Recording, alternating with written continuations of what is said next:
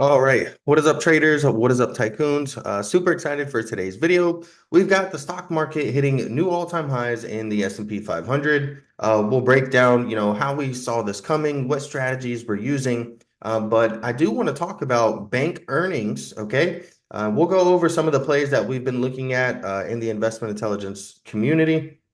Right. But Wells Fargo and JP Morgan. I want to go over the very vast difference in these two companies who that just, really kicked off earnings season this past Friday. And we'll talk about, so their performance over the long term, and we'll go over the key drivers and differences in these two companies and, what could be a large factor for that. And we'll talk about why you see such, differences in charts like this, where JP Morgan's up over 300% in the past 10 years, and you've got Wells Fargo only up about 47%. And then we'll actually take a look at some charts here to really help give you guys some visuals, right? This is JP Morgan's, right? And this is Wells Fargo's. This is Wells Fargo's right here, and then this is JP Morgan's. And, we'll break down the difference in what it is that we're looking at. And perhaps this could help you guys potentially find good companies to invest in over the next 10 years. Now, as always, the content provided on this channel is for informational and educational purposes only and is not intended to be relied upon as legal, financial, or investment advice. So be sure to read through that disclaimer. Now, we'll start off here, and you're seeing these numbers on my SPY 15-minute chart here. Okay, and what we were doing was a little bit of Elliott wave analysis, suggesting that the S&P 500 by Friday would get to 579 to 580, and sure enough, we closed at 579.57. Now, how did we come to these conclusions? Well, we started off, on October 8th, we gapped up, okay, and that was very important. This purple line right here was the anchored VWAP, okay? The VWAP is your volume weighted average price. And you can anchor that to a specific time and date. And what we did was we anchored it to the all-time high candlestick. And so when you're below an anchored VWAP or a VWAP in general, bears are in control of the price action. Okay. So typically you want to be looking for more bearish setups, right? Now we're in a raging bull market right now, so I haven't been too much looking to short a lot of names. Rather, just looking at when maybe perhaps I should be avoiding going long in some names. And so the first thing we did on October 8th on that gap up was reclaim that all-time high anchored VWAP. We gapped up and we closed and we started trading right above that purple line right there. And that lets us know to start looking for some bullish setups. Okay. Now, in that process, I started to notice that we created a wave one up, a wave two down, wave three, okay, and wave four sometimes comes in the form of a bull flag, sometimes it comes in an ABC correction, sometimes it comes in a five-wave correction or a triangle pattern. Wave fours can tend to be very sloppy. So I was mentioning that, hey, if this bull flag fires overnight into market open, we could be in wave five of three higher, right? And so this is our wave five of three higher. However, if we open on a gap down and we ended up having CPI that next morning and we did gap down, I really want us to see, would like us to hold 574 area, which is this box right here, okay? Because if we start closing below here and trading below here, then potentially we wipe out wave one highs. And if wave four retraces down into wave one highs, then that invalidates your Elliott wave analysis, all right? And sure enough, if we come back to the chart right here, what do you see? We had the one up, two down, three up. We came down to wave four. We held this box right here. You can see we gapped down right there. We tapped it. We tapped it. We formed a little bit of a double bottom right there. And then we exploded on Friday into wave five higher. Now, that's not the only thing that we traded this week. There were a few other ones, some really simple trades this week that worked really, really well. The day after the hurricane, because I am in Florida, I was looking at MU. MU had a very clean setup on the 15-minute chart, and we were targeting 105 slash the anchored VWAP right here from the pivot highs. And you can see we rallied right up to there. Some people caught that trade.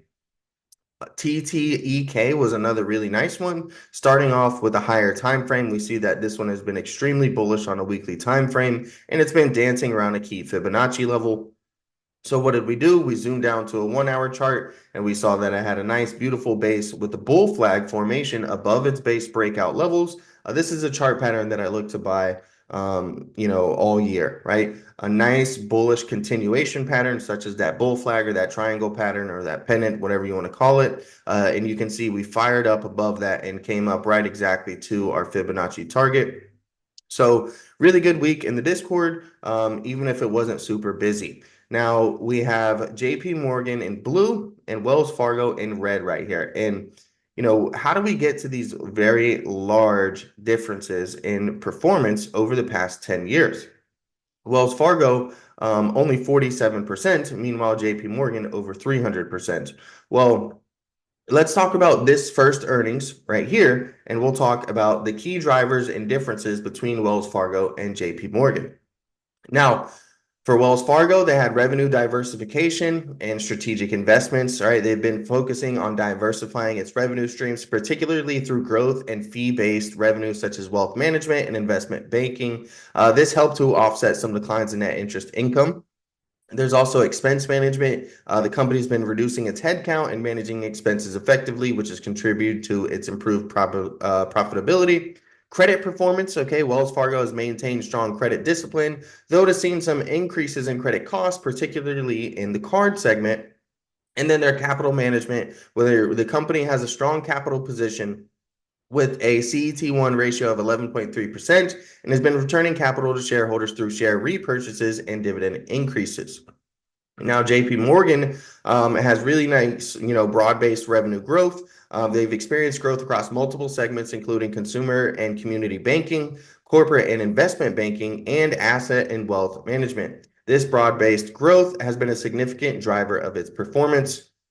All right. When it comes to the investment banking and markets, the company has seen a substantial increase in investment banking fees and markets revenue driven by favorable market conditions and large deal closings. There's also the expense management and efficiency. JP Morgan Chase has also focused on managing expenses, though its compensation and employee growth have led to some increases. And then, like Wells Fargo, JP Morgan Chase maintains a strong capital position with a CET1 ratio of 15.3%, allowing for flexible capital deployment and shareholder returns. So let's talk about the past 10 years, though, okay? And now, I mean, this chart right here goes back to 2017, but what you're looking at is JP Morgan's revenue, okay? And JP Morgan's revenue has just steadily gone up. And you can see really since Q4 2021, this thing has really just started to explode, right? And we've seen a much more rapid rate of increase to the upside in JP Morgan's revenue versus Wells Fargo. If you look at the 2017 levels, we're still below 2017 levels. Meanwhile, JP Morgan has almost doubled. Going about their revenue is about 60% higher, and Wells Fargo, meanwhile, is roughly, you could say, about 5 to 10% lower, since 2017. Okay. So that right there is a huge difference. Okay. When you look at these companies, strong uptrend in revenue. And here we're actually in a slight downtrend. Okay. Then you talk about net income margin. So this is Wells Fargo's net income margin.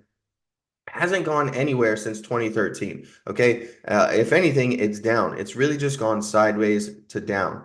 Meanwhile, JP Morgan's net income margin is in a strong uptrend, right? It's continuing to go higher. Yes, it's off its peaks from 2020. Okay. But in 2020, there was a lot of stimulus going around. Everybody knows what happened there. So this one, JP Morgan, again, you're seeing just a strong uptrend here in the net income margin. And that's one of the big differences in these companies, right? Is just simply the net income margin and the revenue, right? We broke down what, some of the differences and what was good basically about their most recent earnings report. But when you zoom out and take a look at some of these things, this just goes to show the difference in companies that you're investing, right? Do you want to invest in a company where the net income margin is sideways like this, or one where they're in a strong uptrend, right? Do you want one where the revenue is sideways to down over the past, 7, 8 years, or do you want one that's in a strong uptrend breaking out, right? Now, that's not to say that prior performance is going to predict future performance, okay? But these are things that analysts look at, and this is why you've seen such a dramatic difference.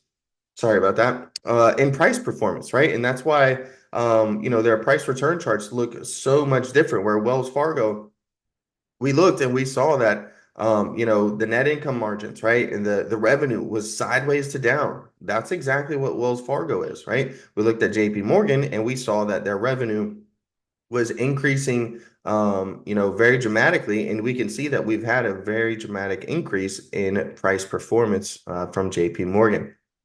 So that'll pretty much wrap up today's video. If you guys are new to the channel, I do want to mention that I started the Investment Intelligence newsletter for you guys. It's completely free. I give out free, valuable finance and trading related content, such as the stuff you saw in today's video. You guys can actually check out the website because there is a website associated with it. So it's also kind of in blog format and read some of the previous trade ideas. Okay, there's been some really great ones in there over the past month or two, and just review those and see if it's something that you would like sent directly to your email inbox. Now, you can join the Investment Intelligence private trading group using promo code Powell. That will get you guys a very nice discount, to join the group. And what's inside, you get over 20 plus swing trade ideas every week. You get custom scripts and indicators, exclusive intel, and exclusive chart layouts to help give you guys an advantage.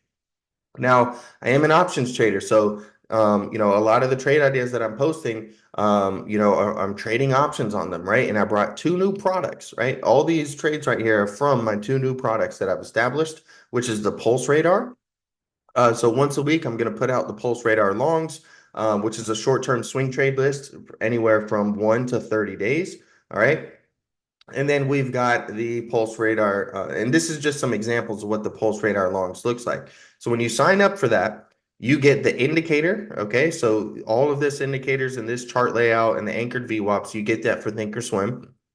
Right. And this was our setup we had on PCG. We had a nice inverse head and shoulders looking to break the neckline, reclaim that anchored VWAP. So we know above that anchored VWAP, we're bullish. We already talked about that.